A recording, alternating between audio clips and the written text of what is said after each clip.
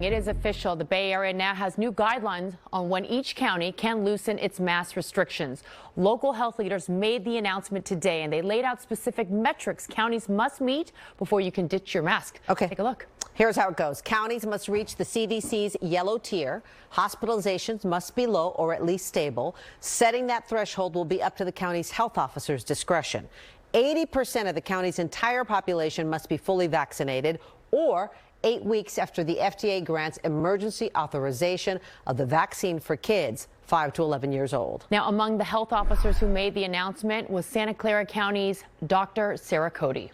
NBC Bay Area's Robert Handa joins us from Campbell, where some business owners, Robert, are thrilled that the county is at least considering easing these restrictions, but it's still kind of up in the air.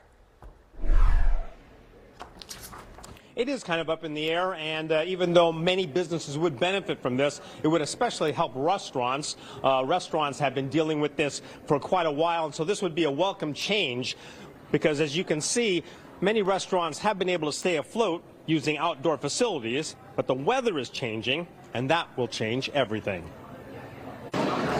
The popular Luna Mexican Kitchen in Campbell's Prune Yard Shopping Center seems to do consistent business outside, but indoors it's a little quieter because the owner says people are still reluctant to wear masks when they're not eating. She says that's fine for now, but the cold and rainy season is approaching. We're fortunate that we do have outdoor space that's been expanded. However, indoor is going to be a necessity, and we would like to have some clarity on our mask mandate. Today, Santa Clara County Public Health Officer Dr. Sara Cody tried to do that. She says the Association of Bay Area Health Officers have agreed on a shared matrix to drop the mask mandate. First, to be in a yellow tier for 3 consecutive weeks with a low and stable COVID case rate, a low hospitalization rate, and the most difficult, an 80% vaccination rate for the total county population, or 8 weeks after 5 to 11-year-olds are eligible for vaccinations. And that's the population that we're going to be working very hard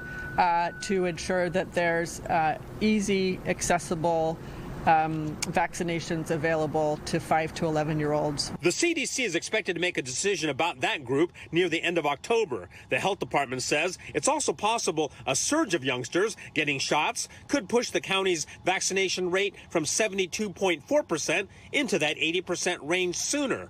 A lot of ifs, but many people we talked to said they're glad that at least they have a specific target now. When we get to X point, at least we'll know that things can change. So I'm glad that we have that now, whereas before we're just like, when is this going to end?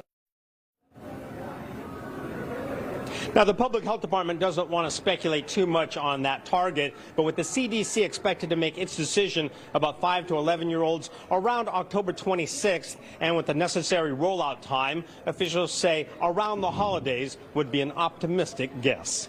Live in Campbell, Robert Handa, NBC Bay Area News. Well, as we mentioned, the new metrics to loosen mask restrictions involve CDC tiers. A county must stay in the yellow or moderate tier for 3 weeks before masks can be removed in many indoor places. Now, right now, a majority of the Bay Area is in the orange tier. That means there is a substantial rate of transmission. Napa and Solano counties, they're still in the red tier. That's a high rate of transmission. Now, another metric we mentioned, 80% of the population must be vaccinated. We're not talking about eligible people, total population. Alameda County is now sitting at 69% of total population fully vaccinated. San Francisco and Santa Clara counties, they are at 73 and 74% respectively. Now let's talk about San Francisco now. The city is setting an even more aggressive timeline compared to other counties. The city says on October 15th, you can ditch the mask, but only if you meet the city's own criteria. The guidance in San Francisco will apply only to certain indoor settings, and it applies only if everyone inside is fully vaccinated. So that means next week people can remove their masks before entering gyms, fitness centers, religious gatherings, indoor college classes, not exceeding 100 people. But again, everyone who's inside must be fully vaccinated. People must still wear masks in restaurants in San Francisco for now.